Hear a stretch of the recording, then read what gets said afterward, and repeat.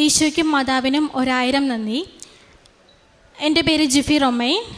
ഞാൻ Aroor cent Augustine church ഇടവകാംഗമാണ്. ഞാൻ ആദ്യമായി ഉടമ്പടി എടുക്കുന്നത് 2017 ഡിസംബർ 13 ആദ്യമായി തന്നെ മാതാവിൻ്റെ ഈ ജന്മതിരുനാളിൽ അമ്മയ്ക്കൊരു ബർത്ത്ഡേ ഗിഫ്റ്റായിട്ട് എൻ്റെ ഈ സാക്ഷ്യം പറയാനായിട്ട് ഈശോ അനുവദിച്ചുള്ള 1000 നന്ദി ഞാൻ അതിനെ സമർപ്പിക്കുന്നു. ഞാൻ ആദ്യമായിട്ട് കൃപാസനത്തിൽ വരുന്നത് ഞാൻ 10th സ്റ്റാൻഡേർഡിൽ സ്റ്റാർട്ട് ചെയ്യുന്ന സമയത്ത് എനിക്കൊരു ഫേഷ്യൽ പാരലൈസിസ് വന്നിട്ട് എൻ്റെ ഗോഡ് മദർ ഒരു നേർച്ച നേർന്നിട്ടുണ്ടായിരുന്നു. അതിൻ്റെ ഭാഗമായിട്ട് ആണ് ഞാനിവിടെ അന്ന് മരിയൻ കൃപാഭിഷേക ധ്യാനമായിരുന്നു. അത് കൂടാനായിട്ടാണ് ഞാനിവിടെ ആദ്യമായിട്ട് വരുന്നത്. അപ്പോൾ അന്ന് എനിക്ക് അന്നത്തെ അസുഖം ഡോക്ടർ പറഞ്ഞ സമയത്തിനുള്ളിൽ വളരെ വേഗത്തിൽ തന്നെ എനിക്കത് മാറി കിട്ടി. അപ്പം അന്ന് മുതൽ തന്നെ മാതാവിനോട്, കൃപാസന മാതാവിനോട് ഒരു പ്രത്യേക ഒരു അറ്റാച്ച്മെൻറ്റ് എനിക്കുണ്ടായിരുന്നു. അതിനുശേഷം ഞാൻ നഴ്സിംഗ് പഠിക്കാൻ പോയി. നഴ്സിംഗ് പഠിച്ചത് കൊല്ലത്തൊരു ഇൻസ്റ്റിറ്റ്യൂട്ടിലാണ്. അപ്പോൾ അവിടെ നിന്ന് ഞാൻ ട്രാവൽ ചെയ്യുമ്പോഴത്തേക്കും ബസ്സിലിരുന്ന് ഞാൻ മാതാവിൻ്റെ ആ ഗ്രോട്ടോ കാണാനായിട്ട് ഞാൻ ബസ്സിലെപ്പോഴും ഞാനിങ്ങനെ ആകാംക്ഷയോടെ നോക്കുമായിരുന്നു. അപ്പോൾ മാതാവിൻ്റെ ഗ്രോട്ടോ കാണുമ്പോഴത്തേക്കും എനിക്ക് ഭയങ്കര ഒരു സന്തോഷമായിരുന്നു. അങ്ങനെ ഒരു അറ്റാച്ച്മെൻറ്റ് മാതാവിനോട് എന്നും ഉണ്ടായിരുന്നു, കൃപാസന മാതാവിനോട്. അതിനുശേഷം നഴ്സിംഗ് പഠനം പൂർത്തിയാക്കിയ ശേഷം എല്ലാവരെയും പോലെ എനിക്കും വിദേശത്ത് പോയി ജോലി ചെയ്യണമെന്നായിരുന്നു ആഗ്രഹം, ഏതെങ്കിലും ഒരു യൂറോപ്യൻ കൺട്രിയിൽ. നഴ്സിംഗ് കഴിഞ്ഞിട്ട് കുറച്ച് നാൾ ഞാൻ വർക്ക് ചെയ്തു. അതിനുശേഷം എൻ്റെ മാരേജ് കഴിഞ്ഞു. മാരേജിൽ എനിക്ക് എൻ്റെ ഈശോ തന്ന ഏറ്റവും വലിയ ഗിഫ്റ്റായിരുന്നു എൻ്റെ ഹസ്ബൻഡ്. ഭയങ്കര സപ്പോർട്ടീവാണ് ആൾ. ആ സമയത്ത് എനിക്ക് മാരേജ് കഴിഞ്ഞിട്ട് കുറച്ച് നാൾ ഞാൻ വർക്ക് ചെയ്തു. എങ്കിലും എനിക്കത് കണ്ടിന്യൂ ചെയ്യാൻ പറ്റില്ല കുറച്ച് പേഴ്സണൽ റീസൺസിൽ. അപ്പോൾ എനിക്ക് കുറച്ചധികം കരിയർ ഗ്യാപ്പായി. അപ്പോൾ ആ സമയത്ത് തന്നെ ഞാൻ വിദേശത്ത് പോകുന്നുള്ളൊരാഗ്രഹം ഉള്ളത് കൊണ്ട് തന്നെ ഞാൻ IELTS ട്രൈ ചെയ്തു. IELTS എഴുതി. ആദ്യമൊന്നും എനിക്ക് കിട്ടിയില്ല. പ്രധാനമായിട്ടും ഞാൻ പിന്നെ വന്ന് ഉടമ്പടി എടുത്തത് എൻ്റെ ഈ IELTS എക്സാം പാസ്സാകാൻ വേണ്ടിയിട്ടായിരുന്നു. പക്ഷേ എൻ്റെ ആദ്യത്തെ ഉടമ്പടി എടുത്തത് ഞാൻ ശരിക്കും എനിക്ക് ഉടമ്പടിയുടെ അന്തസത്ത എന്താണെന്ന് എനിക്ക് കൃത്യമായിട്ട് അറിയത്തില്ലായിരുന്നു. ശരിക്കും പറഞ്ഞാൽ ഞാൻ എൻ്റെ ഉടമ്പടി ആ ഒരു 20% പ്രാർത്ഥനയിൽ മാത്രം ഒതുങ്ങി. എനിക്ക് ഉടമ്പടി പത്രം കൊടുക്കാനോ കാരുണ്യപ്രവൃത്തി ചെയ്യാനോ എന്നുള്ള ഒരു ഇനിഷ്യേറ്റീവ് ആത്മാർത്ഥമായിട്ടൊന്നും ഞാൻ എടുത്തിട്ടുണ്ടായിരുന്നില്ല. അപ്പോൾ അതുകൊണ്ട് തന്നെ ഉടമ്പടി എടുത്തിട്ടും IELTS എഴുതിയിട്ടും എനിക്ക് കിട്ടിയില്ലായിരുന്നു. ഉടമ്പടി വസ്തുക്കളൊന്നും കൃത്യമായിട്ടൊന്നും ഉപയോഗിച്ചിട്ടില്ലെന്ന് തന്നെ പറയാം. ഒരു കൺസിസ്റ്റൻസി ഉണ്ടായിരുന്നില്ല എൻ്റെ ഉടമ്പടിക്ക്. അതിനുശേഷം ഞാൻ IELTS വീണ്ടും എഴുതി.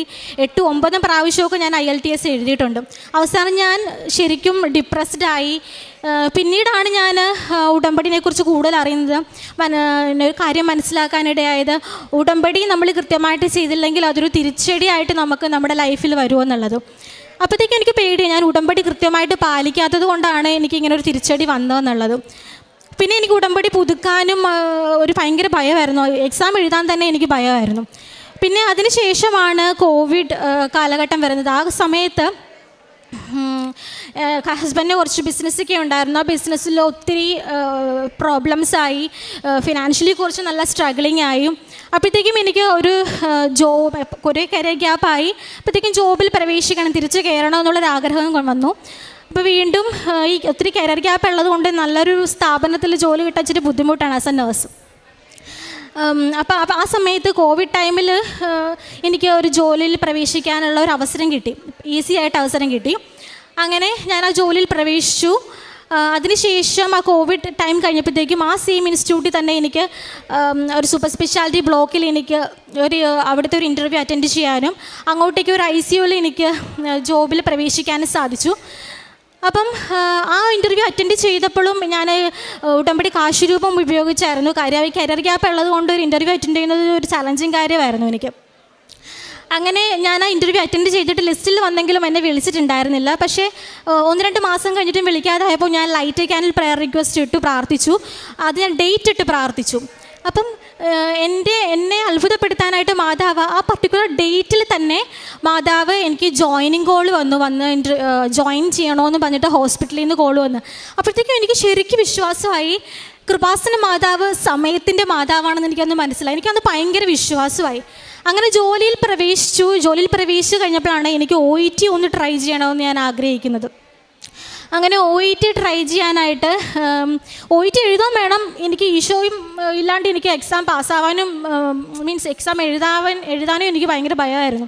പക്ഷേ എനിക്ക് IELTS സമയത്ത് ഉടമ്പടി എടുത്തപ്പോൾ ഉഴപ്പി കിട്ടിയ ആ ഒരു അനുഭവം എനിക്ക് ഉടമ്പടി ഇനി പുതുക്കിയിട്ടുണ്ടെങ്കിൽ ഇനി വീണ്ടും തിരിച്ചടി ആവുമോ, എനിക്കൊരു ഭയങ്കര ഭയമായിരുന്നു. അത് ഉടമ്പടി എടുക്കാൻ എനിക്ക് ഭയങ്കര ഭയമായിരുന്നു. അപ്പം ആദ്യത്തെ OET എക്സാം എഴുതി ആ സമയത്ത് ഞാൻ ഉടമ്പടി പുതുക്കിയില്ല. പക്ഷേ ഉടമ്പടി എടുത്തതുപോലെ ഞാൻ ഉടമ്പടിയുടെ നിബന്ധനകൾ പാലിക്കാനായിട്ട് ഞാൻ ശ്രമിച്ചു. കാരുണ്യ പ്രവർത്തനങ്ങൾ ചെയ്യാനും ബൈബിൾ റീഡ് ചെയ്യാനും പത്രം കൊടുക്കാനൊക്കെ ഞാൻ ആത്മാർത്ഥമായിട്ട് ശ്രമിച്ചു. പക്ഷേ ഞാൻ ആദ്യത്തെ ഉടമ്പടി എഴുതി ഫെയിലറായി. എനിക്ക് വിചാരിച്ച സ്കോർ കിട്ടിയില്ല. ഞാൻ IELTS എഴുതിക്കൊണ്ടിരുന്നപ്പോൾ ഉള്ള സെയിം ട്രെൻഡ് തന്നെ, അതായത് ചിലപ്പോൾ 3 വിഷയങ്ങൾക്ക് നല്ല സ്കോർ ഉണ്ടാകും, ഏതെങ്കിലും ഒരെണ്ണത്തിന് C അല്ലെങ്കിൽ 6 സ്കോറായി പോകും. എന്നുവെച്ചാൽ നമുക്ക് ഒരു ക്ലബ്ബ് ചെയ്യാനുള്ള ഒരു ഓപ്ഷൻ അവിടെ ഉണ്ടാവത്തില്ല. ആ സ്കോർ കൊണ്ട് ഒരു പ്രയോജനം ഇല്ലാത്തൊരവസ്ഥയായി പോകും. അപ്പോൾ അങ്ങനെ ഈശോയോട് ഞാൻ ഓൾറെഡി പറഞ്ഞിട്ടുണ്ടായിരുന്നു, IELTS പോലെ 8-9 പ്രാവശ്യമൊന്നും ഞാൻ OET എഴുതത്തില്ല. കാര്യം ഞാൻ OET എഴുതണമെന്നുണ്ടെങ്കിൽ തന്നെ IELTSൻ്റെ ഇരട്ടി എമൗണ്ട് മുടക്കിയാലേ നമുക്ക് OET എഴുതാൻ പറ്റത്തുള്ളൂ. അപ്പോൾ ഞാൻ ഈശോയോട് പറഞ്ഞു, ഈശോ ഞാനിനി ഒരേ ഒരു തവണ മാത്രമേ ഞാൻ OET എഴുതത്തുള്ളൂ, ഇനി അധികം മുടക്കാൻ എനിക്ക് വയ്യ. കാരണം ഞാൻ ഒത്തിരി ഇൻസ്റ്റിറ്റ്യൂട്ടിൽ പഠിച്ചു, പൈസ ഒത്തിരി മുടക്കി, എനിക്കിനി ഒരു OET കൂടി ഞാൻ എഴുതത്തുള്ളൂ എന്ന് ഞാൻ ഈശോയോട് പറഞ്ഞു. അപ്പോൾ ഞാൻ ദൃഢമായിട്ടൊരു നിശ്ചയം എടുത്തു, ഞാൻ ഉടമ്പടി പുതുക്കും. ഉടമ്പടി പുതുക്കുന്നത് വെറുതെ അല്ല, ഞാൻ എല്ലാ നിയമങ്ങളും കൃത്യമായിട്ട് തന്നെ പാലിക്കുമെന്ന് ഞാൻ പറഞ്ഞു. അങ്ങനെ ഞാൻ സെക്കൻഡ് OET എക്സാമിന് വേണ്ടി പ്രിപ്പയർ ചെയ്യുന്ന സമയത്ത് തന്നെ ഞാൻ എൻ്റെ ഉടമ്പടി പുതുക്കി കഴിഞ്ഞിട്ട് ഞാൻ പ്രിപ്പറേഷൻ്റെ സമയത്ത് തന്നെ ഞാൻ എന്നെ തന്നെ ഇവാലുവേറ്റ് ചെയ്തു. പെട്ടെന്ന് എൻ്റെ മനസ്സിൽ നമ്മൾ പുതുക്കുമ്പോൾ യൂസ് ചെയ്യുന്ന ഒരു ക്ലാപ്പ് അസസ്മെൻറ്റ് ഫോം ഉണ്ടല്ലോ, അതിൻ്റെ മനസ്സിലോട്ട് വന്നു. അപ്പോൾ അതായത് എന്നെ തന്നെ ഒരു ഡെയിലി ഞാൻ അസസ് ചെയ്യാനായിട്ട് തീരുമാനിച്ചു. ഞാൻ തന്നെ ഒരു ഡെയിലി അസസ്മെൻറ്റ് ഫോം ഞാൻ പ്രിപ്പയർ ചെയ്തു. ഞാൻ എല്ലാ ദിവസവും കിടക്കുന്നതിന് മുമ്പായിട്ട് ഉടമ്പടി നിബന്ധനകൾ അടങ്ങിയ ഒരു ഡെയിലി അസസ്മെൻറ്റ് ഫോം എൻ്റെ കയ്യിലുണ്ടായിരുന്നു. അതിന് ഇന്ന കാര്യങ്ങൾ ബൈബിൾ റീഡ് ചെയ്തോ എല്ലാ നിബന്ധനകളും ഞാൻ ടിക്കിടും. എന്തെങ്കിലും പോരായ്മ ഉണ്ടെങ്കിൽ അടുത്ത ദിവസം അത് നികത്താനായിട്ട് ഞാൻ ശ്രമിച്ചിരുന്നു. അപ്പം അങ്ങനെ ഞാൻ ആ ഉടമ്പടി ട്രാക്കിലായെന്ന് വേണമെങ്കിൽ ഞാൻ പറയാം. അതിനുശേഷം ഞാൻ ഡേറ്റ് എടുത്ത് കഴിഞ്ഞിട്ട് ഞാൻ ഇൻസ്റ്റിറ്റ്യൂട്ടിലൊന്നും പിന്നെ പോയി പഠിച്ചില്ല. ഞാൻ സ്വന്തമായിട്ട് തന്നെ പ്രിപ്പയർ ചെയ്തു. ഞാനപ്പം എക്സാമിന് 1 വീക്ക് മുമ്പേ എനിക്കൊരു 1 വീക്ക് കോച്ചിങ് മതി ഈശോയെ, എനിക്കൊരു റിവിഷൻ പോലെ മതി എന്ന് പറഞ്ഞു. അപ്പം ഞാൻ ഓൾറെഡി ഫസ്റ്റ് ടൈം ഞാൻ OET പഠിച്ചപ്പം നല്ലൊരു ഇൻസ്റ്റിറ്റ്യൂട്ടിലായിരുന്നു പോയി പഠിച്ചത്. അപ്പോൾ പിന്നീട് എനിക്ക് ഒത്തിരി പൈസ മുടക്കാൻ വയ്യാത്തതുകൊണ്ട് ഒരു 1 വീക്ക് കോച്ചിങ്ങിന് വേണ്ടിയിട്ട് ഞാനൊരു ഇൻസ്റ്റിറ്റ്യൂട്ട് അന്വേഷിച്ചു. ഞാൻ വേറെ എങ്ങും അന്വേഷിച്ചില്ല, ഞാൻ ബൈബിൾ അങ്ങ് തുറന്നു, ഈശോ എനിക്കൊരു ഇൻസ്റ്റിറ്റ്യൂട്ട് കാണിച്ചു തരണമെന്ന് പറഞ്ഞു. ഞാൻ ആ ബൈബിൾ തുറന്നപ്പോഴത്തേക്ക് എനിക്കൊരു നെയിം കിട്ടി. ആ നെയിമിൽ വെച്ചിട്ടുള്ള ഒരു ഇൻസ്റ്റിറ്റ്യൂട്ട് ഞാൻ നെറ്റിൽ സെർച്ച് ചെയ്തപ്പോൾ കണ്ടു. ഞാൻ വേറെ നോക്കിയില്ല, ഈശോ കാണിച്ചു തന്നതല്ലേ. ആ ഇൻസ്റ്റിറ്റ്യൂട്ടിൽ ഞാൻ വിളിച്ച് ചോദിച്ചപ്പോഴത്തേക്കും എനിക്ക് കൺവീനിയൻ്റ് ആയിട്ടുള്ള വളരെ അഫോർഡബിൾ ആയിട്ടുള്ള റേറ്റിൽ 1 വീക്ക് കോച്ചിങ് എനിക്ക് തരാമെന്ന് പ്രോമിസ് ചെയ്തു. ഞാൻ അങ്ങനെ ജോയിൻ ചെയ്തു കുറച്ച് നാൾ കഴിഞ്ഞപ്പോഴത്തേക്കും 2-3 ദിവസം കഴിഞ്ഞപ്പോഴത്തേക്കും എനിക്ക് ഫീൽ ചെയ്തു ഇവിടുത്തെ കോച്ചിങ്ങൊന്നും എനിക്ക് അത്ര നന്നായിട്ട് തോന്നിയില്ല. ചില മൊഡ്യൂൾസൊക്കെ നന്നായിട്ട് എടുക്കുന്നുണ്ട്, ചിലതൊന്നും അത്ര നന്നായിട്ട് പോരാ. അപ്പോൾ ഞാൻ വിചാരിച്ചു, നമ്മെ ഈശോ കാണിച്ചു തന്ന ഇത്രയും മോശം ഒരു ഇൻസ്റ്റിറ്റ്യൂട്ടാണോ എന്ന് അന്ന് ഞാൻ വിചാരിച്ചായിരുന്നു. അതിനുശേഷം ആ ഒരു 1 വീക്ക് ടൈമിൽ ഒരു 4 to 5 days ബിഫോറാണ് ഒരു ഇൻസിഡൻറ്റ് ഉണ്ടാകുന്നത്. എൻ്റെ ഫാദർ-ഇൻ-ലോ ഫസ്റ്റ് ഫ്ലോറിൽ നിന്ന് സ്റ്റെയർ കേസിലോട്ട് വീഴുവാണ്. അപ്പോൾ ആ സമയത്ത് ഹസ്ബൻഡ് വീട്ടിലോട്ട് വന്ന് ഹസ്ബൻഡ് വേഗം ഓടിച്ചിരുന്നു. അപ്പോൾ ഞാൻ നോക്കിയപ്പോൾ പപ്പ ബാക്കിൽ ഫസ്റ്റ് ഫ്ലോറിൽ നിന്ന് സ്റ്റെയർ കേസിലോട്ടാണ് വീഴുന്നത്. അപ്പോൾ ബാക്ക് അടിച്ചാണ് വീണിരിക്കുന്നത്. ആൾക്കൊട്ടും ബോധമില്ല. ശരിക്കും പറഞ്ഞാൽ ആ വീഴ്ചയിൽ പപ്പയുടെ സ്പൈനും ഹെഡും ഒക്കെ നല്ല ഫ്രാക്ചർ ആകേണ്ട ഒരു വീഴ്ചയാണ് വീണത്. അപ്പോൾ ഞാൻ ശരിക്കും പാനിക്കായി. ഞാൻ എന്ത് ചെയ്യണമെന്ന് എനിക്ക് അറിയത്തില്ലായിരുന്നു. ഞാൻ വേഗം പപ്പ എടുത്തോട്ട് ഓടി ചെല്ലുന്നതിന് പകരം ഞാൻ വേഗം ചെന്നത് മാതാവിൻ്റെ ഉടമ്പടി തൈലവും കാശുരൂപം കൊണ്ടാണ്. ഞാൻ പപ്പയെടുത്ത് ചെന്നിട്ട് പപ്പയുടെ ദേഹത്ത് മൊത്തം ഈ ഉടമ്പടി തൈലം പുരട്ടി, എന്നിട്ട് മാതാവിൻ്റെ കാശുരൂപം വെച്ച് ഞാൻ പ്രാർത്ഥിച്ചു, ഒന്ന് വരുത്തല്ലേന്ന്. ഞങ്ങൾ പിന്നെ ഹോസ്പിറ്റലിൽ പോയപ്പോഴത്തേക്കും സ്കാനിങ്ങും എല്ലാം ചെയ്തു. സ്കാനിങ്ങും എക്സ്റേ ഒക്കെ ചെയ്തിട്ട് ഡോക്ടർ പറഞ്ഞു സ്പൈനൊന്നും കുഴപ്പമില്ല, ഹെഡിലും വലിയ കാര്യമായിട്ടൊന്നും പ്രശ്നമില്ല, പക്ഷെ ആ പാടെ ഉള്ളത് ഫെമറൽ ഫ്രാക്ചർ മാത്രമാണെന്ന് പറഞ്ഞു. അപ്പോഴത്തേക്കും ഓക്കെ, നമുക്കിനി സർജറി വേണം, ഫെമറൽ ഫ്രാക്ചറിന് സർജറി വേണം. അപ്പം വേറെ ഒന്നും സംഭവിച്ചില്ല, സർജറി കഴിഞ്ഞിട്ടുണ്ടെങ്കിൽ ഓക്കെ ആകുമെന്ന് പറഞ്ഞു. അപ്പം ആ സമയം എന്ന് പറഞ്ഞിട്ടുണ്ടെങ്കിൽ എനിക്ക് ഭയങ്കര ക്രൂഷ്യലായിട്ടുള്ളൊരു സമയമാണ്. കാര്യം എൻ്റെ OET എക്സാം ഒരു 4-5 ദിവസം കൂടി കഴിയുമ്പോഴത്തേക്കും OET എക്സാമാണ്. എന്നെ സംബന്ധിച്ച് ഞാനെന്ന് പറയുന്നൊരു വ്യക്തി എക്സാമിന് വേണ്ടി പഠിക്കുന്നത് എക്സാമിന് തൊട്ട് മുമ്പുള്ള ആ ദിവസങ്ങളിലാണ്. അപ്പോൾ ഇങ്ങനെ ഒരു ഇൻസിഡൻറ്റ് എനിക്ക് സംഭവിച്ചപ്പോൾ എനിക്ക് എക്സാമിന് പ്രിപ്പയർ ചെയ്യാനായിട്ട് പറ്റുന്നില്ല. അപ്പോൾ ഞാൻ ഓൾറെഡി ഈശോയോട് ഞാൻ സംസാരിച്ചിട്ടുണ്ടായിരുന്നു. ഓൾറെഡി എക്സാം ഡേറ്റ് എടുക്കുന്നതിന് പറഞ്ഞ ശേഷം ഞാൻ ഒരു തവണ കൂടി ഞാൻ എക്സാം എടുക്കത്തുള്ളൂ, ആ എക്സാം എനിക്ക് നന്നായിട്ട് എഴുതാൻ പറ്റണേ, എനിക്ക് പാസ്സാവണേ എന്ന് ഞാൻ പ്രാർത്ഥിച്ചിട്ടുണ്ടായിരുന്നു. അപ്പോൾ ഇങ്ങനെ ഒരു ഇൻസിഡൻറ്റ് വന്നപ്പോൾ ഞാൻ ഈശോയോട് ചോദിച്ചു, എന്തിനാ ഇങ്ങനെ ഒരു ഇൻസിഡൻറ്റ് ഉണ്ടാക്കിയെന്ന് ഞാൻ ചോദിച്ചായിരുന്നു. പിന്നെ വേറൊരു ഇൻസിഡൻറ്റ് എന്ന് വെച്ചാൽ ഞാൻ ആദ്യം ഈ OET പഠിക്കാനായിട്ട് ഇൻസ്റ്റിറ്റ്യൂട്ടിൽ 1 വീക്ക് ചേർന്നല്ലോ. അപ്പം ഞാൻ 2-3 ദിവസത്തെ ക്ലാസ്സുകൾ മാത്രമേ അറ്റൻഡ് ചെയ്തുള്ളൂ. അപ്പോൾ ഹോസ്പിറ്റലൈസ്ഡ് ആയതുകൊണ്ട് എനിക്ക് കോച്ചിങ്ങിനൊന്നും കൃത്യമായിട്ട് അറ്റൻഡ് ചെയ്യാൻ പറ്റുന്നില്ല. അപ്പോഴാണ് ഞാൻ വിചാരിച്ചത് ഈശോ എനിക്ക് വേണ്ടി ഇങ്ങനൊരു ഇൻസ്റ്റിറ്റ്യൂട്ട് തന്നത്, എനിക്ക് കുറച്ച് ക്ലാസ്സുകളൊക്കെ ലോസ് ആകും, അതുകൊണ്ട് തന്നെയാണ് ആ ഒരു റീസണബിൾ പ്രൈസിൽ എനിക്ക് ആ ഇൻസ്റ്റിറ്റ്യൂട്ട് സെലക്ട് ചെയ്ത് തന്നതെന്ന് ഞാൻ അന്നേരം വിചാരിച്ചു. പിന്നെ ഞാനിങ്ങനെ സങ്കടപ്പെട്ട് ഞാൻ എല്ലാ ദിവസവും എല്ലാ ചൊവ്വാഴ്ചകളിലും അച്ഛൻ്റെ ധ്യാനങ്ങൾ കൂടുമായിരുന്നു, മുടക്കാതെ തന്നെ കൂടാൻ ശ്രമിച്ചിട്ടുണ്ട്. അപ്പം ആ വീക്കിൽ എക്സാമിൻ്റെ ആ വീക്കിൽ ചൊവ്വാഴ്ച ഞാൻ ധ്യാനം കൂടുന്ന സമയത്ത് അച്ഛൻ നമ്മളോട് സംസാരിക്കുന്ന പോലെ മിക്കവാറും എനിക്ക് തോന്നിയിട്ടുള്ളത്. കാര്യം ഞാനിങ്ങനെ എന്തിനും കൊണ്ട് ഈ ഒരു ഇൻസിഡൻറ്റ് എനിക്ക് ഉണ്ടായി. കാര്യം എനിക്ക് പഠിക്കേണ്ട സമയത്ത് ഇങ്ങനൊരു ഇൻസിഡൻറ്റ് ഉണ്ടായപ്പോഴത്തേക്കും അച്ഛൻ ഇങ്ങനെ പറയുവാണ്, നമുക്ക് എന്തെങ്കിലും ഡിഫിക്കൽട്ടീസ് എന്തെങ്കിലും നെഗറ്റീവായിട്ടുള്ള അനുഭവം ഉണ്ടാവുകയാണെന്നുണ്ടെങ്കിൽ അത് ശരിക്കും നമുക്ക് വരാനിരിക്കുന്ന അനുഗ്രഹത്തിൻ്റെ പേയ്മെൻ്റ് ആണെന്നുള്ളത്. അത് ശരിക്കും എൻ്റെ മനസ്സിലത് സ്ട്രൈക്ക് ചെയ്തു. അപ്പോഴത്തേക്ക് ഞാൻ വിചാരിച്ചു, ഞാൻ പപ്പയ്ക്ക് വേണ്ടിയിട്ട് സ്പെൻഡ് ചെയ്യുന്ന ഒരു ടൈമും പപ്പയ്ക്ക് വേണ്ടി കൊടുക്കുന്ന ആ ശുശ്രൂഷയും എനിക്ക് വരാനിരിക്കുന്ന ഒരു അനുഗ്രഹത്തിൻ്റെ മുന്നോടിയായിട്ടാണെന്നുള്ളത് ഞാൻ ഉറച്ചു വിശ്വസിച്ചു. ഞാൻ ഭയങ്കര പ്രയർഫുള്ളായിട്ട് തന്നെയാണ് എക്സാമിന് മുമ്പ് ഞാൻ ഹോസ്പിറ്റലിലാണ്, ഞാൻ കോയമ്പത്തൂരാണ് എക്സാം എടുത്തത്. അപ്പോൾ ഞാൻ ഹസ്ബൻഡും കൂടി എക്സാം എഴുതാനായിട്ട് കോയമ്പത്തൂർ പോയി. അപ്പോൾ പോകുന്നതിന് മുമ്പിട്ട് അച്ഛനെ വന്ന് കണ്ട് പ്രാർത്ഥിക്കുകയും അച്ഛൻ്റെ സൈത്ത് പൂശി ഉടമ്പടി കാശുരൂപൊക്കെ കൊണ്ടാണ് പോയത്. അപ്പോൾ ഇവിടുന്ന് തമിഴ് പത്രം വാങ്ങിച്ചിട്ട് അവിടെ എല്ലാ തമിഴ് കുട്ടികൾക്കും കൊടുക്കാനുള്ള രീതിയിൽ തമിഴ് പത്രം വാങ്ങിച്ച് അവിടെ ചെന്നു.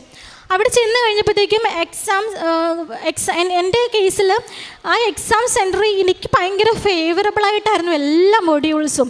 എനിക്കത് കമ്പാരിസൺ ചെയ്യാൻ പറ്റുന്ന കാര്യം എൻ്റെ ഫസ്റ്റ് എക്സാമിന് എനിക്ക് ഒട്ടും ഫേവറബിൾ അല്ലായിരുന്നു എൻ്റെ അറ്റ്മോസ്ഫിയർ സിറ്റുവേഷൻസും എല്ലാം. അപ്പോൾ എനിക്ക് സെക്കൻഡ് എക്സാമിന് എനിക്ക് ശരിക്കും ഫേവറബിളായിട്ടുള്ള സിറ്റുവേഷൻ ആയിരുന്നു എല്ലാം.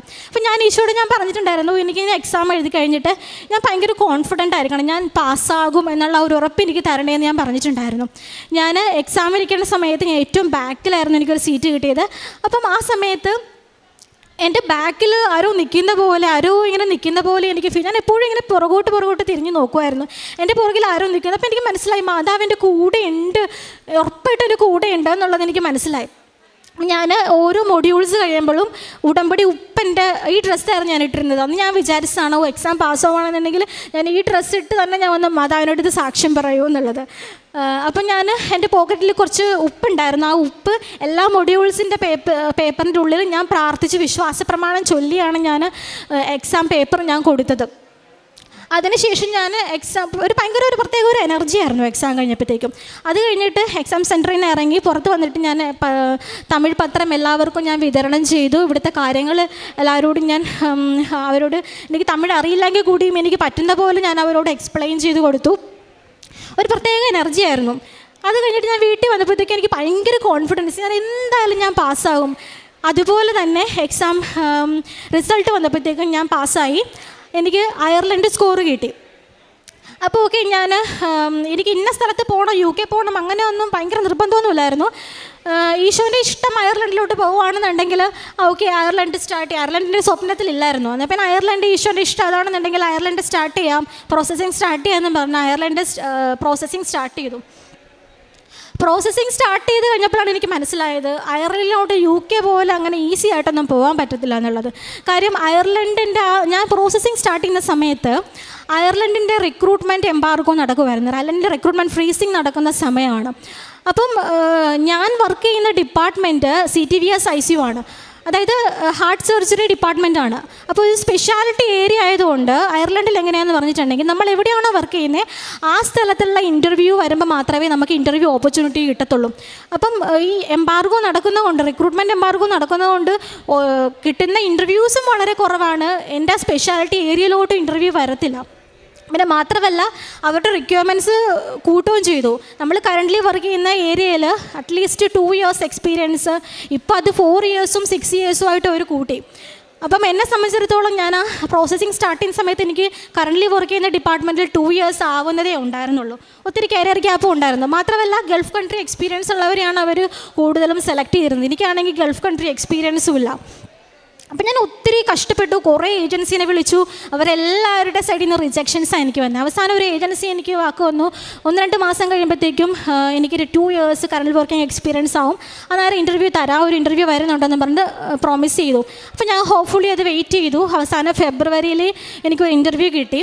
ആ ഇൻ്റർവ്യൂ എനിക്ക് ഭയങ്കര പ്രഷ്യസ് ആയിരുന്നു. എല്ലാ ഇൻ്റർവ്യൂസും പ്രഷ്യസ് ആയിരുന്നു, കാര്യം എനിക്ക് ഇൻ്റർവ്യൂ അവസരങ്ങൾ കിട്ടുന്നത് വളരെ കുറവായിരുന്നു. അങ്ങനെ ഞാൻ ആ ഇൻ്റർവ്യൂ അറ്റൻഡ് ചെയ്തു.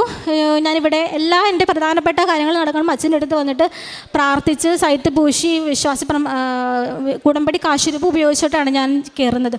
അപ്പോൾ ആ ഇൻ്റർവ്യൂവിലും ഞാൻ കയറുന്നതിന് മുമ്പിട്ട് വൈഫൈ കണക്ഷൻസൊക്കെ കൃത്യമാണോ എന്ന് ശ്രദ്ധിച്ചിട്ടൊക്കെയാണ് കയറിയത്.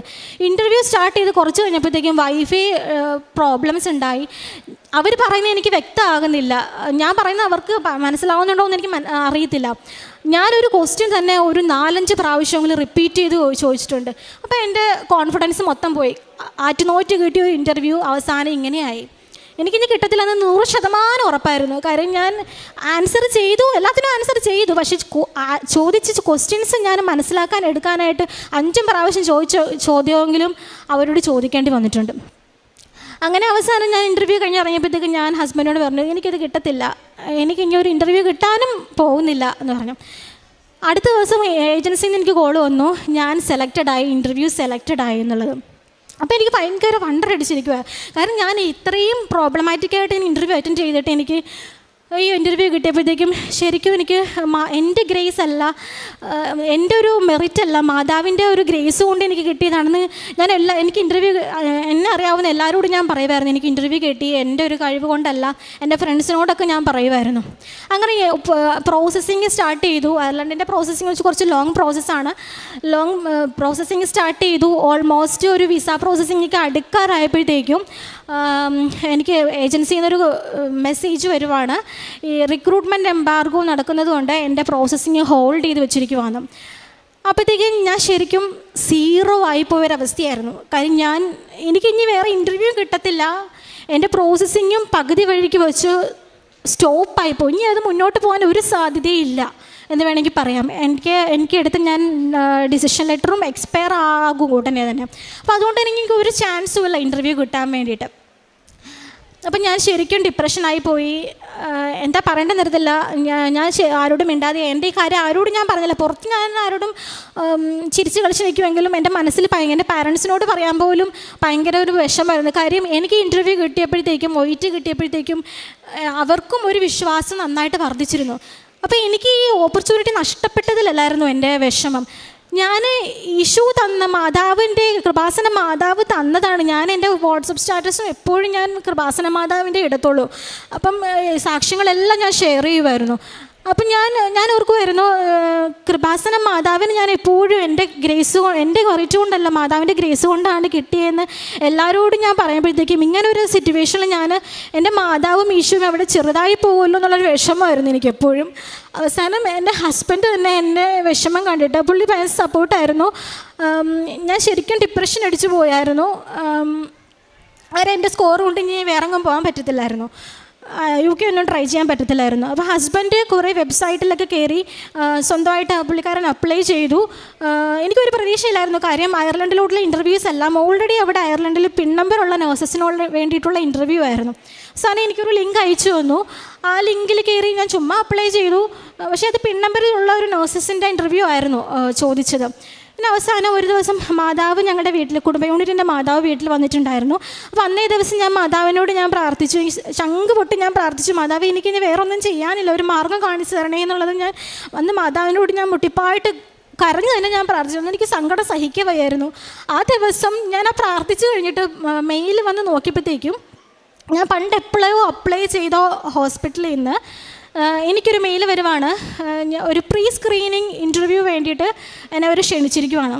അപ്പോൾ എനിക്ക് ശരിക്കും എൻ്റെ വിളി മാതാവ് കേട്ടു എന്നുള്ളൊരു വിശ്വാസമായി. എന്നാലും റിയൽ ഇൻ്റർവ്യൂ ഷെഡ്യൂൾ ചെയ്തിട്ടില്ല. അപ്പോൾ എനിക്കൊരു ഹോപ്പായി, എനിക്ക് കിട്ടുമായിരിക്കും എന്നുള്ളതായി. അപ്പോൾ പ്രീ സ്ക്രീനിങ് ഇൻ്റർവ്യൂ കഴിഞ്ഞു. അപ്പോഴത്തേക്കും എൻ്റെ ഉടമ്പടി പുതുക്കാനുള്ള സമയമായി. ഉടമ്പടി പുതുക്കി.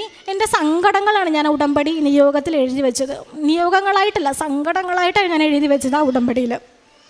അതിനുശേഷം എനിക്ക് ഇൻ്റർവ്യൂ അത് ഒരു സാധാരണ കൂടുതലും പേരും ഏജൻസി ത്രൂ ആണ് നമുക്ക് ഹോസ്പിറ്റലിലോട്ടുള്ള ഇൻ്റർവ്യൂസ് കിട്ടുന്നത്, അയർലൻഡിലോട്ടായാലും UK ലോട്ടായാലും. പക്ഷേ എനിക്കിത് ഡയറക്റ്റ് ഹോസ്പിറ്റലിൽ നിന്നാണ് എനിക്ക് മെയിൽ വരുന്നത്. അപ്പോൾ ഞാൻ വിശ്വസിക്കുന്നത് അവിടെ ഇൻ്റർമീഡിയേഷനായിട്ട് നിന്നത് എൻ്റെ മാതാവ് തന്നെയാണ്. എൻ്റെ മാതാവ് ഡയറക്റ്റ് ഹോസ്പിറ്റലിൽ പോയിട്ട് എനിക്ക് വേണ്ടി ഒരു വേക്കൻസി ഉണ്ടാക്കിയെടുത്തതാണെന്നാണ് ഞാൻ വിശ്വസിക്കുന്നത്. അപ്പം ഞാൻ ആ ഇൻ്റർവ്യൂ ഷെഡ്യൂൾ ചെയ്തു. മീൻസ് അവരെനിക്കൊരു ഒരു ഇൻ്റർവ്യൂ തന്നു. ആ ഇൻ്റർവ്യൂ ഞാൻ അറ്റൻഡ് ചെയ്യുന്നതിന് മുമ്പിട്ടും ഞാൻ അച്ഛൻ്റെ അടുത്ത് വന്നിട്ട് പ്രാർത്ഥിച്ചു. അപ്പോൾ ഇൻ്റർവ്യൂ നമ്മുടെ പെന്തക്കോസ്ത് തിരുനാൾ കഴിഞ്ഞിട്ടായിരുന്നു. അപ്പം ഞാൻ ആ പെന്തക്കോസ്ത് തിരുനാളിന് വേണ്ടിയിട്ട് ഞാനൊരു പ്രത്യേകം ഒന്ന് പ്രിപ്പയർ ചെയ്യുമായിരുന്നു. കാര്യം എനിക്കറിയാം ഈശോ മാതാവിനും ശിഷ്യന്മാർക്കും പരിശുദ്ധാത്മാവിനെ അയച്ചു കൊടുത്ത ദിവസത്തിൻ്റെ തിരുനാളാണ്. അപ്പം പരിശുദ്ധാത്മാവിൻ്റെ വരദാനങ്ങളില്ലാണ്ട് എനിക്ക് ഒരിക്കലും ആ ഇൻ്റർവ്യൂ പാസ്സാകാൻ പറ്റത്തില്ല. കാര്യം ഞാൻ ഒത്തിരി ടോക്ക് ചെയ്യുന്ന ഒരാളല്ല. ഇൻ്റർവ്യൂ പാസ്സാകണമെന്നുണ്ടെങ്കിൽ നന്നായിട്ട് സംസാരിക്കണം, നന്നായിട്ട് അപ്പിയർ ചെയ്യണം. അയർലൻഡിൽ ഇൻ്റർവ്യൂ കിട്ടാത്ത ഒത്തിരി ആൾക്കാരെ എനിക്കറിയാം. എന്നെക്കാളും എക്സ്പീരിയൻസ് ഉള്ളവർക്ക് കിട്ടാത്തതും എനിക്കറിയാം. അപ്പോൾ അതുകൊണ്ട് തന്നെ നല്ല എക്സ്പീരിയൻസും നല്ല ഒരു പ്രസൻറ്റേഷൻ ഉണ്ടെങ്കിലേ നമുക്ക് ഇൻ്റർവ്യൂ കിട്ടത്തുള്ളൂ. അപ്പോൾ അതുകൊണ്ട് തന്നെ ഞാൻ പെന്തക്കോസ്ത് തിരുനാളിന് വേണ്ടിയിട്ട് എനിക്ക് ഭാഷാപരവും ജ്ഞാനപരവും കിട്ടാൻ വേണ്ടിയിട്ട് ഞാൻ പ്രാർത്ഥിച്ചു. ഈശോയുടെ കരുണയ്ക്ക് വേണ്ടി ഞാൻ പ്രത്യേകം പ്രാർത്ഥിച്ചായിരുന്നു ആ തിരുനാളിന് വേണ്ടിയിട്ട്. അപ്പോൾ പിറ്റേ ദിവസം അപ്പം എനിക്കൊരു ചൊവ്വാഴ്ചയാണ് ഇൻ്റർവ്യൂ വരുന്നത്. അപ്പോൾ ഇൻ്റർവ്യൂ ചൊവ്വാഴ്ചത്തെ ധ്യാനം കൂടി. അന്നേ ദിവസവും ജോസഫച്ചൻ പറയുന്നത് പെന്തക്കോസ്ത് തിരുനാളിൻ്റെ കാര്യങ്ങളും അങ്ങനെയുള്ള കാര്യങ്ങളൊക്കെ. അപ്പോൾ എനിക്കൊരു പോസിറ്റീവായിട്ടുള്ളൊരു വൈബാണ് എനിക്ക് കിട്ടിയത്. അപ്പോൾ എനിക്ക് ഭയങ്കര കോൺഫിഡൻസ് ആയി. ഞാൻ ആ ധ്യാനം അറ്റൻഡ് ചെയ്ത ശേഷം ഞാൻ ഇൻ്റർവ്യൂ അറ്റൻഡ് ചെയ്തു. ഇൻ്റർവ്യൂ അറ്റൻഡ് ചെയ്തത് ഞാനിവിടെ തലേ ദിവസം വന്ന് അച്ഛൻ്റെ കൈവയ്പ്പ് പ്രാർത്ഥന ഉണ്ടായിരുന്നല്ലോ, അത് അറ്റൻഡ് ചെയ്ത ആ സമയത്ത് തന്നെയാണ് എൻ്റെ ഇൻ്റർവ്യൂവും സ്റ്റാർട്ട് ചെയ്തത്. അപ്പോൾ ഞാൻ വിചാരിച്ചു ഞാനിവിടെ തലേ ദിവസം വന്ന ആ സമയത്ത് തന്നെ, അനുഗ്രഹം മേടിച്ച ആ സമയത്ത് തന്നെ എനിക്ക് ഇൻ്റർവ്യൂ അറ്റൻഡ് ചെയ്യാൻ പറ്റും. അപ്പോൾ ഇൻ്റർവ്യൂ സ്റ്റാർട്ട് ചെയ്തതും ഞാൻ ഭയങ്കര ടോക്കറ്റീവായിരുന്നു. ഞാൻ അവരോട്, എനിക്ക് ആദ്യമൊക്കെ അവരുടെ സ്ലാങ് മനസ്സിലാവുമോ എന്നുള്ളതൊരു ബുദ്ധിമുട്ടൊക്കെ ഉണ്ടായിരുന്നു. എനിക്ക് ഭയങ്കര ഭയം ഉണ്ടായിരുന്നു. പക്ഷേ ഞാൻ ഇൻ്റർവ്യൂ സ്റ്റാർട്ട് ചെയ്തൊരു പ്രത്യേക എനർജി ആയിരുന്നു എനിക്ക് ഞാൻ അവർ ചോദിക്കുന്നതായിട്ടുള്ള ആൻസർ എനിക്ക് നന്നായിട്ട് തന്നെ പറയാൻ പറ്റി. ഇൻ്റർവ്യൂ കഴിഞ്ഞപ്പോൾ എനിക്ക് ഭയങ്കര സങ്കടമായിരുന്നു. എനിക്ക് ഇനിയും സംസാരിക്കണം അവരോട്, ഒത്തിരി സംസാരിക്കാനാണ് എനിക്ക് തോന്നിയത്. അപ്പോൾ ഇൻ്റർവ്യൂ കഴിഞ്ഞപ്പോഴത്തേക്ക് ഞാൻ ഭയങ്കര കോൺഫിഡൻസ് ആയിരുന്നു. എനിക്ക് എന്തായാലും ഇൻ്റർവ്യൂ കിട്ടും, ഒരു മാറ്റവും ഇല്ലായാലും എനിക്ക് ഇൻ്റർവ്യൂ ഉറപ്പായിട്ടും കിട്ടുമെന്നായി. അടുത്ത ദിവസം എനിക്ക് മെയിൽ വരുവാണ്. എൻ്റെ ഇൻ്റർവ്യൂവിൽ അവർ ഭയങ്കര ഇമ്പ്രസ്ഡ് ആയി, ഞാൻ സെലക്റ്റഡ് ആയെന്ന് പറഞ്ഞിട്ട് എനിക്ക് മെയിൽ വന്നു. അപ്പോൾ ഞാൻ ഭയങ്കര ഹാപ്പി ആയിരുന്നു. അങ്ങനെ ഇൻ്റർവ്യൂ കിട്ടി. അപ്പം ഞാൻ ആലോചിക്കുമായിരുന്നു, ഞാനൊരു ഹോസ്പിറ്റലിൽ ഡയറക്റ്റ് ഹയർ ചെയ്യുവാണ്, ഒരു വിത്തൗട്ട് ഒരു ഏജൻസി ഇല്ലാണ്ട്. അങ്ങനെ റെയറായിട്ട് ആൾക്കാർ പോകുന്നുണ്ട്, കൂടുതലും ആൾക്കാർ ഏജൻസി വഴിയാണ് പോകുന്നത്. അപ്പം ഞാൻ ഇത് മാതാവിൻ്റെ കയ്യൊപ്പോടെ തന്ന ഒരു അവസരമായിട്ടാണ് ഞാനിതിനെ കണക്കാക്കിയത്. അങ്ങനെ ഇൻ്റർവ്യൂവിൻ്റെ പ്രോസസ്സിംഗ് ഒക്കെ മീൻസ് എയർലൈൻ്റെ പ്രോസസ്സിങ് വീണ്ടും സ്റ്റാർട്ട് ചെയ്തു. പെട്ടെന്ന് തന്നെ എൻ്റെ പ്രോസസ്സിംഗ് ഒക്കെ വലിയ തടസ്സങ്ങളൊന്നും കൂടാതെ തന്നെ മുന്നോട്ട് പോയി. എൻ്റെ വിസ കിട്ടി. വിസ കിട്ടുന്ന സമയത്ത് അതിന് മുമ്പായിട്ട് മാതാവിൻ്റെ ഓരോ അടയാളങ്ങൾ എനിക്ക് കിട്ടുമായിരുന്നു, ഓരോ ഡേറ്റുകൾ എനിക്ക് കാണിച്ചു തരുമായിരുന്നു. ഒരു 5 എന്നുള്ള ഒരു അക്ക എനിക്കെന്നെ കാണിച്ചു തന്നത്. അപ്പം മാതാവ് ചോദിക്കും, മാതാവ് എന്താ ഈ 5 എന്നുള്ള അക്ക എന്നെ ഇങ്ങനെ കാണിക്കുന്നത്? അപ്പോഴേക്കാണ് എനിക്ക് മനസ്സിലായത് എൻ്റെ വിസ ഇൻ്റർവ്യൂവിൻ്റെ ഡേറ്റ് എനിക്ക് കിട്ടിയത് 5-ാം തീയതിയാണ്. അപ്പോൾ മാതാവ് തീരുമാനിച്ചുറപ്പിച്ചൊരു ഡേറ്റ് ആയിരിക്കും ഞാൻ പൂർണ്ണമായിട്ട് വിശ്വസിക്കുന്നു. അന്നേ ദിവസം വളരെ സിമ്പിളായിട്ട് തന്നെ എനിക്ക് ആ ഇൻ്റർവ്യൂ പങ്കെടുക്കാനും, നോർമലി ഒരു 4 to 8 വീക്സ് ഒക്കെ എടുക്കും വിസ കിട്ടാനായിട്ടെന്നാണ് പറയുന്നത്. പക്ഷേ എനിക്ക് വിതിൻ 20 ഡേയ്സിനുള്ളിൽ തന്നെ വർക്കിംഗ് ഡേയ്സിനുള്ളിൽ തന്നെ എനിക്ക് എൻ്റെ വിസ കിട്ടി. അപ്പം ഒക്ടോബർ 2 ഞാൻ അയർലൻഡിന് പോവുകയാണ്. പിന്നെ അതിന് ശേഷം ഞാൻ ഹോസ്പിറ്റലിൽ നിന്ന് ഡയറക്റ്റ് ഹയറിങ് ആയതുകൊണ്ട് എൻ്റെ വിസ പ്രോസസ്സിങ്ങിന് വേണ്ടിയിട്ട് മാത്രം അയർലൻഡിലെ ഒരു ഏജൻസീനെ അവർ ഹയർ ചെയ്തിട്ടുണ്ടായിരുന്നു. അപ്പം അവരാണ് എൻ്റെ വിസ പ്രോസസ്സിങ്ങിന് ഹെൽപ്പ് ചെയ്തതും ടിക്കറ്റ് ബുക്ക് ചെയ്യുന്നതും. അപ്പം ഒരു കാര്യം എനിക്ക് പറയാനുള്ളത്, ഞാൻ എൻ്റെ ടിക്കറ്റ് ബുക്ക് ചെയ്യുന്ന സമയത്ത് ടിക്കറ്റ് ഹോസ്പിറ്റലിൽ തന്നെ നമുക്ക് എടുത്തു വരും. അപ്പോൾ ഹോസ്പിറ്റലുകാർ നമുക്കൊരു പർട്ടിക്കുലർ എമൗണ്ട്, ഒരു 800 euro നമുക്ക് അലോക്കേറ്റ് ചെയ്തിട്ടുണ്ട്. അതിനുള്ളിൽ നമുക്ക് ടിക്കറ്റ് എടുക്കാൻ പറ്റും. അപ്പോൾ അത് ഈ പറയുന്ന ഏജൻസിയാണ് നമുക്ക് ബുക്ക് ചെയ്ത് തരുന്നത്. അപ്പം ഇതൊരു സീസൺ അല്ലാത്തത് കൊണ്ട് തന്നെ ടിക്കറ്റ് ഫെയർ കമ്പാരിറ്റീവ്ലി കുറവാണ്. അപ്പം എന്നെ ഈ പ്രോസസ്സിങ്ങിന് വേണ്ടി ഹെൽപ്പ് ചെയ്തൊരു ചേച്ചിയുണ്ട്, ടീന ചേച്ചി. ആ ചേച്ചി പറഞ്ഞു നമുക്ക് വേണമെങ്കിൽ എക്സ്ട്രാ ലഗേജ്, അതൊന്നും എനിക്ക് അറിയത്തില്ലായിരുന്നു, എക്സ്ട്രാ ലഗേജ് കൊണ്ടുപോകാം, അത് നമ്മുടെ ഈ ഫെയർ എമൗണ്ടിൽ കവർ ചെയ്യാൻ പറ്റുമോ എന്ന് പറഞ്ഞു. അപ്പം ഞാൻ ഇതൊക്കെ ഉൾക്കൊള്ളിച്ചുകൊണ്ട് ഞാൻ ഈ ഏജൻസിക്ക് മെയിൽ ചെയ്തു. അപ്പം അവരാ മെയിലിനെതിരായിട്ട് വളരെ ചീപ്പ് റേറ്റിലുള്ള, എനിക്ക് എക്സ്ട്രാ ലഗേജസ് ഒന്നും കൊണ്ടുപോകാൻ പറ്റാത്ത രീതിയിലുള്ള ഒരു ഫ്ലൈറ്റ് എനിക്ക് ബുക്ക് ചെയ്ത് തന്നു. അപ്പം ഞാൻ തിരിച്ച് പറഞ്ഞു എനിക്ക് ഇങ്ങനെയല്ല വേണ്ടത്, എനിക്ക് വേറെ ഫ്ലൈറ്റ്, ഞാൻ സൈറ്റിൽ നോക്കിയപ്പം വേറെ നല്ല ഫ്ലൈറ്റുകൾ ആ സെയിം എമൗണ്ടിൽ സെയിം ഡേറ്റിലൊക്കെ ഉണ്ട്. അപ്പം ഞാൻ അവസാനം ഏജൻസിയോട് പറഞ്ഞു എനിക്ക് വേറെ ഫ്ലൈറ്റ് ബുക്ക് ചെയ്യണമെന്ന് പറഞ്ഞപ്പോൾ അവർ തിരിച്ചു പറഞ്ഞു ഈ ഫ്ലൈറ്റ് ക്യാൻസലേഷനും പിന്നെ എക്സ്ട്രാ ലഗേജിനുള്ള പൈസ നമുക്ക് അലോക്കേറ്റ് ചെയ്ത ഫെയർ എമൗണ്ടിനേക്കാളും കൂടും, അപ്പോൾ അതുകൊണ്ട് നിങ്ങൾ തന്നെ പേ ചെയ്യേണ്ടി വരും എക്സ്ട്രാ വരുന്നതെന്ന് പറഞ്ഞു. അപ്പോൾ ഞാൻ ഇത് ഉൾക്കൊള്ളിച്ചുകൊണ്ട് ഞാൻ ഹോസ്പിറ്റലുകാരോട് ഡയറക്റ്റ് ഹയറിങ് ആയതുകൊണ്ട് ഹോസ്പിറ്റലുകാരോട് ഞാൻ തന്നെയാണ് മെയിലടിച്ച് എല്ലാ കാര്യങ്ങളും ചോദിക്കുന്നത്. ഓരോ മെയിൽ ഞാൻ ചെയ്യുമ്പോഴും ഞാൻ പ്രാർത്ഥിച്ച് മാതാവിനോട് ചോദിച്ചിട്ട് വിശ്വാസപ്രമാണം ചൊല്ലിയാണ് മെയിൽ ചെയ്യുന്നത്. കാര്യം ഞാൻ ഏജൻസി ത്രൂ അല്ല, കാര്യം ഞാൻ അവരോട് സംസാരിക്കുമ്പോഴത്തേക്കും ഒരു ബാഡ് ഇമ്പ്രഷൻ ഉണ്ടാകാൻ പാടില്ല. അപ്പോൾ അതുകൊണ്ട് തന്നെ ഞാൻ ഇങ്ങനൊരു സംഭവം ഏജൻസിയുടെ ഭാഗത്തു നിന്നുണ്ടായപ്പോൾ ഞാൻ അവർക്ക് മെയിൽ ചെയ്തു, ഇങ്ങനെ ഏജൻസി ചോദിക്കുന്നുണ്ട് എൻ്റെ ഫെയർ എമൗണ്ട് ഇത്ര അലോക്കേറ്റ് ചെയ്ത് തന്നതാണ് എന്ന് പറഞ്ഞപ്പോൾ ഹോസ്പിറ്റലുകാർ ആദ്യം എനിക്കൊരു പോസിറ്റീവ് റിപ്ലൈ അല്ല തന്നത്. കാരണം ഞാനിത് പറയാൻ കാര്യം ഞാൻ ഈ സംഭവ വികാസങ്ങളൊക്കെ നടക്കുമ്പോഴത്തേക്കും ഞാൻ സങ്കീർത്തനങ്ങൾ 18-ാം അധ്യായം വായിച്ചാണ് ഞാൻ കൊടുത്തത്. അതിനകത്ത് പറയുന്നുണ്ട് അന്യജനത നമ്മളുടെ കീഴിൽ കൂപ്പുകുത്തും, നമുക്ക് വേണ്ടി അന്യജനത പ്രവർത്തിക്കുമെന്നുള്ള ഒരു രീതിയിലുള്ള ഒരു വചനം അതിനകത്തുണ്ട്. അപ്പോൾ അത് റിപ്പീറ്റ് ചെയ്ത് വായിച്ചുകൊണ്ടിരിക്കുമ്പോഴാണ് ഈ സംഭവ വികാസങ്ങൾ ഞാൻ മെയിൽ ചെയ്യുന്നത്. അപ്പം ആദ്യമൊന്നും ഞാൻ പൂർണ്ണമായിട്ട് വിശ്വസിച്ചു എനിക്ക് വേറെ ഫ്ലൈറ്റ് ബുക്ക് ചെയ്യും, എനിക്കൊരു എക്സ്ട്രാ ഒരു 10 kg കൂടി അലോക്കേറ്റ് ചെയ്ത് തരുമെന്ന് ഞാൻ പ്രാർത്ഥിച്ചായിരുന്നു. അപ്പം പക്ഷേ ഞാൻ ഈ മെയിൽ ചെയ്ത ശേഷം ഹോസ്പിറ്റലുകാരുടെ സൈഡിൽ നിന്ന് എനിക്ക് ഒരു നെഗറ്റീവ് റിപ്ലൈ ആണ്, നിങ്ങൾ എക്സ്ട്രാ എമൗണ്ട് പേ ചെയ്യേണ്ടി വരും എന്നുള്ളത് വന്നു. അപ്പോൾ ഓക്കെ ശരി, എന്നാൽ പിന്നെ ഈശോൻ്റെ ഇഷ്ടം അതാണ്, ഈശോയോട് ചോദിച്ചിട്ടാണല്ലോ ഞാൻ മെയിൽ ചെയ്തത്, ഈശോൻ്റെ ഇഷ്ടം എന്നാണെങ്കിൽ ഓക്കെ ഞാൻ ഉള്ള KG കൊണ്ട് ഞാൻ പൊക്കോളാം, ഫസ്റ്റ് ഫ്ലൈറ്റ് തന്നെ മതി എന്നുള്ള രീതിയിൽ ഞാൻ പോയി. പക്ഷേ പിറ്റേ ദിവസം എന്നെ അത്ഭുതപ്പെടുത്തിക്കൊണ്ടൊരു മെയിൽ വരുവാണ് ഏജൻസിയുടെ ഭാഗത്തുനിന്ന്, ഞങ്ങൾ പുതിയ ഫ്ലൈറ്റ് ബുക്ക് ചെയ്തിട്ടുണ്ട്, അതിനകത്ത് 20 kg കൂടി എക്സ്ട്രാ ലഗേജ് എനിക്ക് അലോക്കേറ്റ് ചെയ്യുന്നു. അപ്പോൾ ടോട്ടൽ എനിക്ക് 50 kg കൊണ്ടുപോകും. ഞാൻ ഒരിക്കലും പ്രതീക്ഷിച്ചില്ല. അപ്പോൾ എനിക്കത് ശരിക്കും ഒരു അത്ഭുതമായി.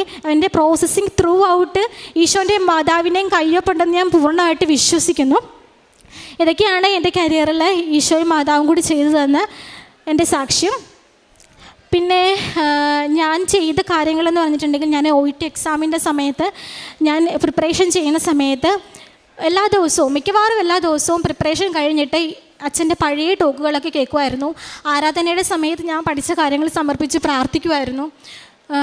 പിന്നെ ഞാൻ പ്രേക്ഷിത പ്രവർത്തനം ചെയ്യുന്നത് കൂടുതലും ഞാൻ ഹോസ്പിറ്റലുകളിലാണ് പോകുന്നത്. ഹോസ്പിറ്റലുകളിൽ പോയിട്ട് രോഗികളെ സന്ദർശിക്കും, അവരോട് സംസാരിക്കും, കുറച്ച് നേരം അവരുടെ രോഗവിവരങ്ങളൊക്കെ അന്വേഷിക്കും, അവർക്ക് വേണ്ടി പ്രാർത്ഥിക്കും. നമ്മൾ ഇവിടുന്ന് വാങ്ങിച്ചിട്ട് ഉടമ്പടി കാശുരൂപം വാങ്ങിച്ചിട്ട് അവർക്ക് കൊടുക്കും. അങ്ങനെയൊക്കെയായിരുന്നു ചെയ്തുകൊണ്ടിരുന്നത്. പിന്നെ എന്നെക്കൊണ്ട് പറ്റുന്ന രീതിയിൽ ചെറിയതാണെങ്കിലും ഫിനാൻഷ്യലായിട്ടുള്ള ഹെൽപ്പുകളൊക്കെ എനിക്കറിയാവുന്നവർക്കൊക്കെ ഞാൻ ചെയ്തിട്ടുണ്ട്. പിന്നെ ബൈബിൾ റീഡിങ് ആദ്യമൊക്കെ എനിക്ക് കുറവായിരുന്നു. പക്ഷേ പണ്ടൊക്കെ ബൈബിൾ വായിക്കുമ്പോഴത്തേക്കും എനിക്ക് ശരിക്കും മടുപ്പായിരുന്നു. പക്ഷേ ഇപ്പം ഞാൻ ബൈബിൾ വായിക്കുന്നത് ഭയങ്കര ഇൻട്രസ്റ്റോടു കൂടിയാണ് വായിക്കുന്നത്. ഓരോ ഭാഗങ്ങൾ വായിക്കുമ്പോഴത്തേക്കും പണ്ടൊന്നും എനിക്ക് മനസ്സിലാവത്തില്ലായിരുന്നു ഈ ബൈബിളിൽ എന്നാ പറയണേ എന്നുള്ളത്. പക്ഷേ ഇപ്പം ഞാൻ ബൈബിൾ വായിക്കുമ്പോഴത്തേക്കും ഭയങ്കര ഒരു ബൈബിൾ പറയുന്ന കാര്യങ്ങൾക്ക് ശരിക്കും മനസ്സിലാക്കി കൂടുതൽ ഇൻട്രസ്റ്റോടുകൂടി വായിക്കാനാണ് എനിക്ക് തോന്നുന്നത്. പിന്നെ വേറൊരു കാര്യം എന്ന് പറഞ്ഞിട്ടുണ്ടെങ്കിൽ കോവിഡ് ടൈമിൽ ഞങ്ങൾക്ക് കുറച്ച് നന്നായിട്ട് തന്നെ ഫിനാൻഷ്യൽ സ്ട്രഗിൾ ഉണ്ടായിരുന്നു. അപ്പോൾ ആ സമയത്ത് ഹസ്ബൻഡ് ഒരു ജോലിക്ക് വേണ്ടിയിട്ട് ഒരാഗ്രഹം പറഞ്ഞിരുന്നു. അപ്പം ഞാൻ ലൈറ്റ് ക്യാൻഡിൽ പ്രയർ റിക്വസ്റ്റ് ഇട്ട് പ്രാർത്ഥിച്ചായിരുന്നു. ഹസ്ബൻഡിന് നല്ലൊരു ജോലി തന്നെ കിട്ടണേ എന്നുള്ളൊരു ലൈറ്റ് ക്യാൻഡിൽ പ്രയർ റിക്വസ്റ്റ് ഇട്ട് പ്രാർത്ഥിച്ചു. അതിൻ്റെ ഫലമായിട്ട് ഞങ്ങൾ പ്രതീക്ഷിക്കാതെ തന്നെ ഹസ്ബൻഡ് തന്നെ ഒരു ഫ്രണ്ട് പെട്ടെന്ന് ഒരു ദിവസം രാവിലെ വിളിച്ച് പറയുവാണ് ഇന്നൊരു സ്ഥലത്ത് ഇൻ്റർവ്യൂ ഉണ്ട്, അവിടെ ഇൻ്റർവ്യൂ അറ്റൻഡ് ചെയ്യാൻ പറഞ്ഞു. അപ്പോൾ ഹസ്ബൻഡ് ഇൻ്റർവ്യൂ അറ്റൻഡ് ചെയ്ത് ജോലി കിട്ടി. ഒരു നല്ലൊരു മാനേജർ പൊസിഷനിൽ തന്നെ ഹസ്ബൻഡ് നന്നായിട്ട് കംഫർട്ടബിളായിട്ട് വർക്ക് ചെയ്യാൻ പറ്റുന്ന ഒരു പൊസിഷനിൽ തന്നെ ഇപ്പോൾ വർക്ക് ചെയ്യുന്നു. പിന്നെ എൻ്റെ ഈ ഉടമ്പടിയുടെ ഫലമായിട്ട് എൻ്റെ വീട്ടുകാർക്കും പ്രത്യേകിച്ച് എൻ്റെ ഹസ്ബൻഡിനും വിശ്വാസം വർദ്ധിച്ചു. ഇപ്പം കുടുംബ പ്രാർത്ഥനയെ ലീഡ് ചെയ്യുന്നത് തന്നെ എൻ്റെ ഹസ്ബൻഡാണ്. പണ്ട് അങ്ങനെ വലിയ ഇൻവോൾവ്മെൻറ്റ്സ് ഒന്നും ഉണ്ടായിരുന്നില്ല. പക്ഷേ ഇപ്പോൾ ഹസ്ബൻഡാണ് ഞങ്ങളുടെ വീട്ടിലെ കുടുംബ പ്രാർത്ഥനയെ ലീഡ് ചെയ്യുന്നത്. ഈശോയ്ക്കും മാതാവിന് 1000 നന്ദി. ഇതിനിടയ്ക്ക് എൻ്റെ അമ്മയ്ക്ക് ഒരു അസുഖം ഡിറ്റക്റ്റ് ചെയ്യുവാണ്. കാവർണോമ എന്ന് പറയുന്ന ബ്രെയിനിലൊരു അസുഖം ഡിറ്റക്റ്റ് ചെയ്തായിരുന്നു. അപ്പം അത് സംഭവിക്കുന്നത് എൻ്റെ ആദ്യത്തെ ജോബ് ഓപ്പർച്യൂണിറ്റി റിജക്റ്റ് ചെയ്ത സമയത്തായിരുന്നു. അപ്പോൾ എനിക്ക് ഇരട്ടി ആഘാതമായിരുന്നു. എൻ്റെ ജോബ് നഷ്ടമായി, അമ്മയ്ക്കും ഇങ്ങനെ ഒരു സീരിയസ് കണ്ടീഷനും ഉണ്ടായി. അപ്പോൾ എനിക്കത് ഭയങ്കര ഒരു അടിയായിരുന്നു. ഞാൻ വേറൊന്നും നോക്കിയില്ല, മാതാവിൽ ഉറച്ചു വിശ്വസിച്ചു. അമ്മ ഇപ്പം ട്രീറ്റ്മെൻറ്റിലാണ്. അമ്മയ്ക്ക് റൈറ്റ് സൈഡ് ഫേഷ്യൽ നംനസ് ഉണ്ടായിരുന്നു. അതായത് തൊട്ടാലൊന്നും അറിയത്തില്ല, ഭയങ്കര മരവിപ്പായിരുന്നു. അപ്പോൾ അത് വെച്ച് ഞങ്ങൾ ഡോക്ടറെ കാണിച്ചു, ട്രീറ്റ്മെൻറ്റ് സ്റ്റാർട്ട് ചെയ്തു. അതിനുശേഷം അച്ഛനെ വന്ന് കണ്ടായിരുന്നു. അച്ഛനെ വന്ന് കണ്ടു, സൈത്ത് പൂശി പ്രാർത്ഥിച്ചു. സർജറി വേണമെന്നായിരുന്നു പറഞ്ഞിരുന്നത്. പക്ഷേ അതിന് ശേഷം അച്ഛനെ വന്ന് കണ്ട് പ്രാർത്ഥിച്ച ശേഷം അമ്മയുടെ റൈറ്റ് സൈഡിലുള്ള മരവിപ്പ് പൂർണ്ണമായിട്ട് മാറി. ഇപ്പോൾ ഒട്ടും സിംറ്റമാറ്റിക് അല്ല. ഇനി ഞാൻ ഉടമ്പടിയിൽ തന്നെ ജീവിക്കും. ഞാനിനി അടുത്ത പ്രാവശ്യം സാക്ഷ്യം അമ്മയായിട്ട് വന്ന് ഉറപ്പായിട്ടും വന്ന് സാക്ഷ്യം പറയും. മാതാവ് അതിന് സഹായിക്കുമെന്ന് ഞാൻ പൂർണ്ണമായിട്ട് വിശ്വസിക്കണം. നിരവധിയായ ദൈവാനുഭവങ്ങൾ വന്ന നാൾ മുതൽ അമ്മയിലുള്ള പൂർണ്ണമായ ശരണപ്പെടൽ, ഓരോ ഉടമ്പടി പുതുക്കലിലും കൂടുതൽ തീഷ്ണതയോടുകൂടി ആ ഉടമ്പടി ക്രമത്തിൽ ജീവിക്കുവാനുള്ള നിർബന്ധം, ഒടുവിൽ ഇടയ്ക്ക് വെച്ച് ആഗ്രഹിച്ച ജോലിയും അതിൻ്റെ സാധ്യതകളും ഒക്കെ നഷ്ടപ്പെടുമോ എന്ന് കരുതുമ്പോൾ അവളെ വിഷമിപ്പിച്ച കാര്യം എൻ്റെ ഈശോയും എൻ്റെ മാതാവും മറ്റുള്ളവരുടെ മുമ്പിൽ ഇകഴ്ത്തുന്നതിന് കാരണമാകുമല്ലോ എന്നുള്ളതായിരുന്നു. അതാണ് ഈ സാക്ഷ്യത്തിൻ്റെ ഏറ്റവും പ്രധാനപ്പെട്ട കാര്യമായി എന്നെ സ്പർശിച്ചത്. കാരണം അമ്മ മാതാവിനോടുള്ള നിരന്തരമായ ബന്ധവും ഒരു ശിശുസഹജമായ സ്നേഹവും ആവർത്തിച്ചുള്ള പ്രാർത്ഥനകളും ഒക്കെ എല്ലാവരോടും അമ്മയെപ്പറ്റി പറയുമ്പോഴും, എന്നാൽ ആ ജോലി അല്ലെങ്കിൽ ആ നേട്ടത്തിലേക്ക് എത്താതിരിക്കുമ്പോൾ അവളെ സങ്കടപ്പെടുത്തുന്നത് അമ്മ മാതാവിനും ഈശോയ്ക്കും എന്നെ സഹായിക്കുവാനാവാത്തത് കൊണ്ട് അവരെ മറ്റുള്ളവരെങ്ങനെ കാണും എന്നൊരു സങ്കടമാണ്. പ്രിയമുള്ളവരെ, ഉടമ്പടി ജീവിതം നമുക്കെപ്പോഴും ഒരു ലളിത ജീവിതമല്ല വാഗ്ദാനം ചെയ്യുന്നത്. എല്ലാ കാര്യങ്ങളും വേഗത്തിൽ സാധിച്ചു തരുന്ന ഒരു എളുപ്പവഴിയല്ല നമുക്ക് വാഗ്ദാനം ചെയ്യുന്നത്. ഉടമ്പടി ജീവിതം നമ്മുടെ ജീവിതത്തെ നിത്യതയോട് ചേർത്തുകൊണ്ട്, നമ്മുടെ ആത്മാവിനെ വിശുദ്ധീകരിച്ചുകൊണ്ട്, നമ്മുടെ ലക്ഷ്യങ്ങളെ ക്രിസ്തുവിൽ നവീകരിച്ചുകൊണ്ട് അമ്മയുടെ സംരക്ഷണമുള്ള ഒരു പുതിയ ജീവിതക്രമത്തിലേക്ക് നമ്മളെ മാറ്റുകയാണ്. അതുകൊണ്ട് മകൾ പറയുന്നുണ്ട്, അവൾ ഉടമ്പടി എടുത്തു തുടങ്ങിയ ആ ജീവിതകാലം മുഴുവനും, പരീക്ഷ ഒയ്റ്റിക്ക് വേണ്ടി ഒരുങ്ങിയ കാലം മുഴുവനും ഒത്തിരി പ്രതിസന്ധികൾ ഒന്നിനു പുറകെ ഒന്നായി വന്നുകൊണ്ടിരുന്നു. ഓരോ പ്രതിസന്ധിയിലും തളരാതെയും ചെയ്യുന്ന ഓരോ ശുശ്രൂഷയും അത് ദൈവത്തിന് പ്രീതികരമാവും, എനിക്ക് വേണ്ടി ഒരുക്കി വച്ചിരിക്കുന്ന അനുഗ്രഹത്തിന് അത് സഹായകരമാവും എന്ന വിശ്വാസത്തോടെയാണ് അവൾ കുടുംബത്തിലുള്ള ഓരോരുത്തരെയും ശുശ്രൂഷിച്ചത്, രോഗാവസ്ഥയിൽ അവരെ പരിചരിച്ചത്, പരീക്ഷകളിൽ അവൾ പങ്കെടുത്തത്. നമ്മൾ ഉടമ്പടി ജീവിതത്തിലേക്ക് പ്രവേശിക്കുമ്പോൾ നമ്മോട് തന്നെ പറഞ്ഞ് ബോധ്യപ്പെടുത്തേണ്ട ഏറ്റവും പ്രധാനപ്പെട്ടൊരു മനോഭാവം ഇതാണ്: ഞാൻ ഉടമ്പടിയെടുത്തു, നിയോഗങ്ങൾ എഴുതി അമ്മ മാതാവിൻ്റെ വാഗ്ദാന പേടകത്തിൽ നിക്ഷേപിക്കുമ്പോൾ എൻ്റെ ഉത്തരവാദിത്തം കഴിഞ്ഞുവെന്നല്ല, ഞാനൊരു പുതിയ ജീവിതം തുടങ്ങുന്നുവെന്നാണ്. അത് എന്നെ തന്നെ നവീകരിച്ചുകൊണ്ട് ദൈവഹിതമനുസരിച്ച് ജീവിക്കുവാൻ എന്നെ സമർപ്പിക്കുന്നുവെന്നാണ്. അത് എളിമപ്പെടലിൻ്റെ ജീവിതമാണ്. ആ എളിമപ്പെടലിനെയാണ് അമ്മ മാതാവ് തിരുക്കുമാരന് കൊടുത്ത് ഉയർത്തിക്കൊണ്ട് നമ്മളെ അനുഗ്രഹിക്കുന്നത്. മകൾ പറയുന്ന ഓരോ വാക്കിലും ദൈവസ്നേഹം നമ്മൾ കാണുന്നുണ്ട്. മകൾ പറയുന്ന ഓരോ വാക്കിലും അമ്മ മാതാവിൻ്റെ സംരക്ഷണം നാം അറിയുന്നുണ്ട്. മകൾ പറയുന്ന ഓരോ വാക്കിലും ഞാൻ ഡേറ്റിട്ട് പ്രാർത്ഥിക്കുമ്പോൾ, ഞാൻ അമ്മയോട് കാര്യം പറഞ്ഞ് പ്രാർത്ഥിക്കുമ്പോൾ, അമ്മയുടെ സാമീപ്യം പരീക്ഷ എഴുതുമ്പോൾ പോലും എൻ്റെ പിറകിൽ നിന്ന് എന്നോട് പറയുന്നത് ഞാൻ അനുഭവിക്കുന്നുവെന്ന് അവൾ സാക്ഷ്യപ്പെടുത്തുമ്പോൾ അതിൻ്റെ അർത്ഥം ആരൊക്കെ അമ്മയെ ആഗ്രഹത്തോടെ അറിഞ്ഞുകൊണ്ട് നിലവിളിച്ചുകൊണ്ട് വിളിക്കുന്നുവോ അവർക്കൊപ്പം കൃപാസന മാതാവ് സഞ്ചരിക്കുന്നുവെന്നാണ്. ദൂരങ്ങൾ താണ്ടി ജീവിതത്തിൻ്റെ പ്രശ്നങ്ങൾ പരിഹരിച്ചുകൊണ്ട് ആഗ്രഹിക്കുന്ന നന്മകളിലേക്ക് എടുത്തുയർത്തിക്കൊണ്ട് അമ്മ മാതാവ് കൂടെ വരുന്നുവെന്ന്. ഈ അമ്മയുടെ വലിയ സംരക്ഷണയിലൂടെ ഈ മകൾക്ക് ലഭിച്ച എല്ലാ ദൈവാനുഭവങ്ങൾക്കും നന്മകൾക്കും നന്ദി പറഞ്ഞുകൊണ്ട് ദൈവപിതാവിനും അമ്മ മാതാവിനും തിരുക്കുമാരനും കരഘോഷത്തോടുകൂടി ഈ സാക്ഷ്യം നമുക്ക് സമർപ്പിക്കാം.